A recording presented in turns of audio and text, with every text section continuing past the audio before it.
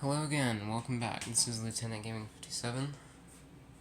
Today we've got the 9th round of Axis and Allies 1940 Pacific. So, this is the end of Japan's turn. I haven't done the other turns yet, so we'll start with tech.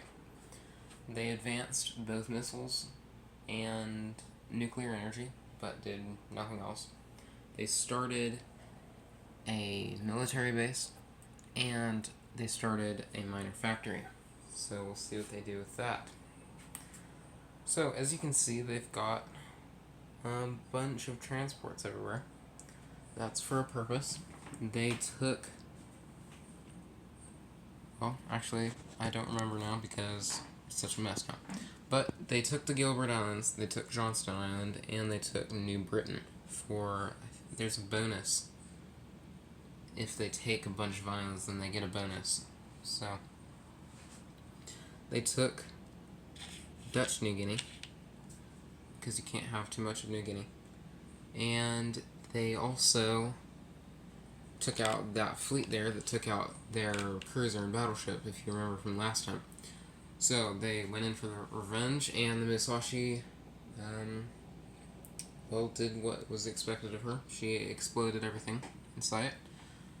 So, and also they didn't lose a single ship, even though they had that fodder right there, just waiting to be used. They didn't need to use it because, if you look in the stats, this guy has, well, actually, Gao has 2 glance and a damage. So you can glance her twice, and then damaged, and then destroyed. And you have to roll a d6 to even see if that's destroyed. So on a 3 or lower, that's destroyed. If it's anything else, then it's just limping. So it's still damaged. So you have to keep shooting at it until it finally rolls over. And that simulates the fact that the Yamato took, I think, 9 bombs and 11 torpedoes before she finally sank. So, they did some nasty business. They had some transports over here and decided, why not? And took Northern and Southern Australia. South Australia and Northern Territory. They took, you remember the 20 guys that they had right there in the 10 transports. They took 5 transports and 10 guys down to Queensland and took out both fighters that were right there. That's the entire Anzac Air Force. They took that out, made sure that they can't snipe any transports. And they took the other 10 guys in 5 transports and destroyed the 1 guy in New Zealand. So they got that 2 IPCs. Then there was a massive naval battle. There were 3 fast battleships, Anzac fast battleships. There were 2 heavy cruisers and a destroyer and a transport. And all were destroyed, and all that I lost was the paint job on this battle cruiser, and they lost everything except that heavily damaged heavy cruiser. So that might be a bit of a problem, since their only navy, the Allies' only navy, is that right there. So that could be a little tiny bit of a problem.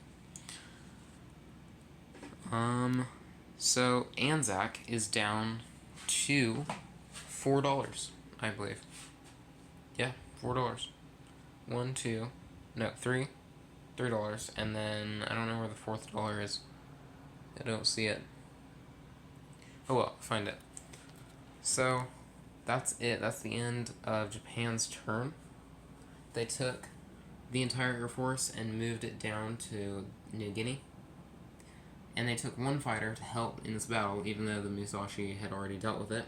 And you're saying, well, the carriers are already loaded, so how can you send a fighter all the way over there? That's because the heavy battleship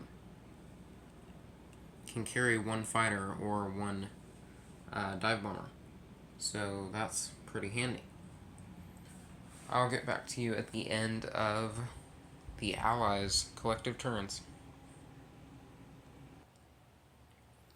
Okay, so the Anzacian Horde moved 5 of their troops out and retook South Australia. That was their entire move, other than building 3 more horde. They have a total of $5. So, that's not great. And also, they've got troops stuck on the Marianas because they thought they would be so bold in the beginning rounds and sent a transport up there and took it, thinking, we're going to be a thorn in their side. Nope, you just lost a tank. Oh well. Good for the Japanese.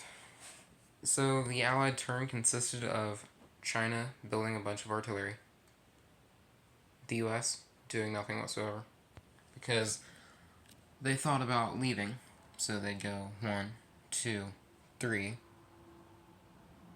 and then the Musashi would move 1 and go, and then everything's dead. Or they could go 1 and attack that and they're dead, or they could wait and they go attack and they're dead. So they're dead either way.